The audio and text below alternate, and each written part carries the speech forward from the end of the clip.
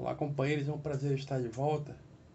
Nós vamos falar hoje do capítulo 16 do Evangelho segundo o Espiritismo. Não se pode servir a Deus e a Mamon, no item 7, que fala utilidade providencial da riqueza.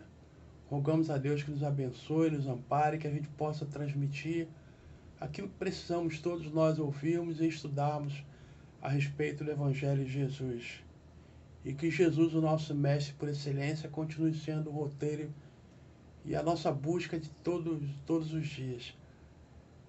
Quando fala utilidade providencial da riqueza, Kardec é muito feliz quando ele dá esse título, porque ele coloca a providência providencial que vem da providência divina, ou seja, Deus provê todos os meios necessários para que a gente possa cumprir a nossa jornada enquanto encarnados, né?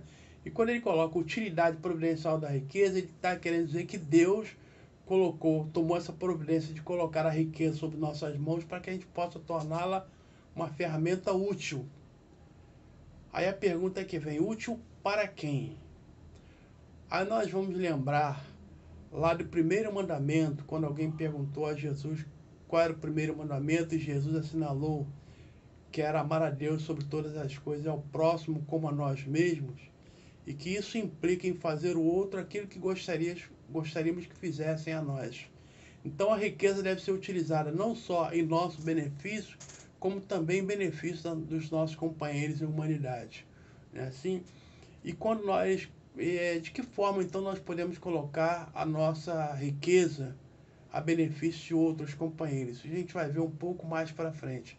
Quando Kardec desenvolve esse tema, e no decorrer do item 7 que nós estamos estudando, ele coloca que existem duas provas que são bastante difíceis, entre muitas. Ele destaca essas duas que se referem aos recursos da riqueza e da pobreza, né? Ou melhor dizendo, os recursos da riqueza e da falta dela, que seria o contrário, seria a pobreza. E ele assinala que, embora a pobreza seja uma tarefa bastante difícil de levar a termo, porque é muito dificultoso, muito sacrificante a gente viver com o mínimo necessário, às vezes até faltando o mínimo. Nós vemos aí na nossa sociedade famílias que vivem, como diz os estudos sociológicos, abaixo da linha da pobreza, faltando muitas vezes até do que se alimentar, vestir, calçar e até mesmo onde morar. E existem aquelas pessoas que têm um pouquinho mais, que têm uma vida um pouco mais folgada, que não chegam a ser ricos, mas que conseguem viver com um pouco mais de folga financeira, mas que também não estão satisfeitas porque gostariam de ter muito mais, né? Gostariam de ser ricos. E Kardec fala, repetindo, que embora a pobreza seja uma tarefa bastante difícil, uma prova muito difícil, muito mais difícil é a prova da riqueza. Aí nós perguntamos, é prova difícil da riqueza? Por que a riqueza seria uma prova bem mais difícil? E ele coloca lá nesse item que nós estamos estudando, porque ela desperta todos os interesses materiais, o apego à vida material, a sexolatria, a usura, a luxúria, e todos os outros males que advêm do apego material. Não por acaso Kardec coloca no Livro dos Espíritos que o único inimigo com quem a doutrina espírita trava uma maior batalha para destruí-lo é o materialismo, porque é a fonte de todos os males. Então a riqueza ela exacerba, quase que não sai, né? Todos aqueles vícios que nós não adquirimos no mundo. Nós pensamos, não, a carne é fraca, então nós nos deixamos levar pelo mundo. Não, não é isso. Na verdade, a gente tem todos os vícios, todas as qualidades, ou a maioria dos vícios das qualidades. É bom não falar toda, porque todo generaliza, né? Mas nós temos a maioria das virtudes e dos nossos vícios, nós temos guardados como herança espiritual, trazido de outras vivências que tivemos. Então, quando às vezes nós não fazemos certas coisas porque não temos o dinheiro, o recurso necessário para fazê-lo. Mas quando temos, queremos curtir a vida, como se diz, né? Provar aquilo que a vida tem de melhor no nosso entendimento, né? Os passeios, os estudos pela Europa, pelo mundo em si, por qualquer lugar, de forma a gastar todo aquele dinheiro. Não que isso seja mal, desde que seja feito com equilíbrio, mas esquecemos que a riqueza não é nossa. Os recursos que estão depositados em nossas mãos não são nossos. São para que a gente utilize em nosso benefício e em benefício do próximo também, né? Nós temos exemplos de pessoas que têm bastante dinheiro, não deixam de usufruir o conforto material, mas também ajudam as pessoas que não têm, dando-lhe empregos, dando ocupação, sustentando famílias, fazendo doações que muitas das vezes a gente nem sabe que são feitas por essas pessoas. São pessoas anônimas, né, que fazem a caridade sem querer que sejam focalizadas ou que saia na imprensa, não é isso?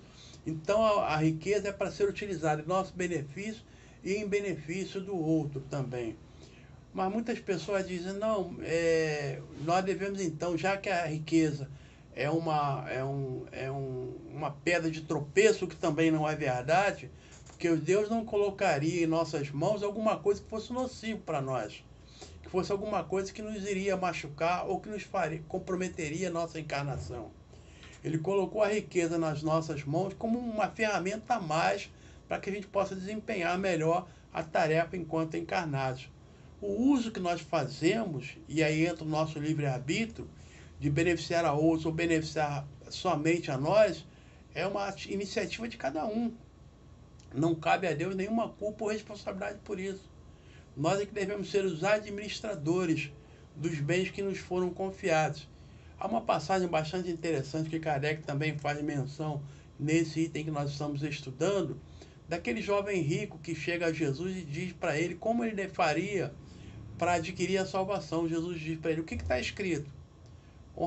Amará seu Deus de todo o coração, honrará pai e mãe. E ele fala assim, mas eu já tenho feito isso, já desde a minha mocidade. E Jesus diz para ele assim, então vai, vende tudo o que tem e segue-me. E o jovem então foi embora triste porque não estava disposto a vender todos os seus bens que conquistara. Logicamente Jesus não queria que ele vendesse os bens. Jesus apenas quis mostrar para ele que ele não cumpria todos os mandamentos, conforme ele dissera. Ele não cumpria todos os mandamentos, porque os mandamentos diz amar a Deus sobre todas as coisas e ao próximo como a si mesmo. Ele não está preocupado com ninguém, está preocupado com ele. Ele não beneficiaria ninguém, ele acumulava a riqueza. Então Jesus, para provar a ele que ele não cumpria os mandamentos, faltou-lhe o mandamento da abnegação, do amor ao próximo. E Jesus, como não queria falar para ele, porque Jesus não falava diretamente, Jesus dava ferramentas para que a gente se autoanalisasse, meditasse, nós próprios chegássemos à própria conclusão. Então Jesus falou, então vai, vende tudo que tem e segue-me. Vamos ver se você é capaz. Ele não foi, né? Porque na verdade ele não cumpriu os mandamentos que se esperava dele. E para terminar, nós falamos da riqueza material, mas nós podemos ser pobres financeiramente, mas temos riqueza daquelas que nós não nos damos conta. Nós temos o perfeito domínio do nosso pensamento, da nossa razão, temos braços, temos pernas, mesmo aquele que lhe falta, tem outras faculdades, tem a vista, tem outros talentos, né, que são verdadeiras riquezas, que não podem ficar concentradas só em nosso próprio benefício, devem ser utilizadas também em benefício daquele companheiro. Se eu tenho mais lucidez que aquele companheiro, eu vou orientá-lo. Se eu tenho braços fortes que posso sustentar alguém, vamos fazer isso. Se eu tenho tempo, a riqueza do tempo, o tempo é uma riqueza imensa. Os espíritos desencarnados reclamam que queriam ter mais tempo para poder cair em si, muitas das vezes, meditar e fazer o que deixaram enquanto estavam encarnados. Então, se temos tempo, vamos dividi-lo com o nosso companheiro, buscando estender a alegria de viver, o contentamento, a conformação com as coisas que nos acontecem, porque tudo que nos acontece tem uma finalidade útil. senão quando não tem uma finalidade útil, quando se trata de uma negligência nossa, tem no mínimo uma lição a nos ensinar, que a gente possa meditar para não repetir aquele mesmo erro. Então somos ricos sim, se não de recursos amoedados, mas temos riquezas de talento que Deus nos coloca para serem utilizados em nosso benefício e em benefício do nosso próximo.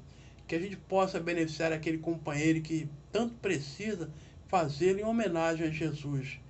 Né? Muito obrigado a todos. Tenham uma boa noite e muita paz a todos.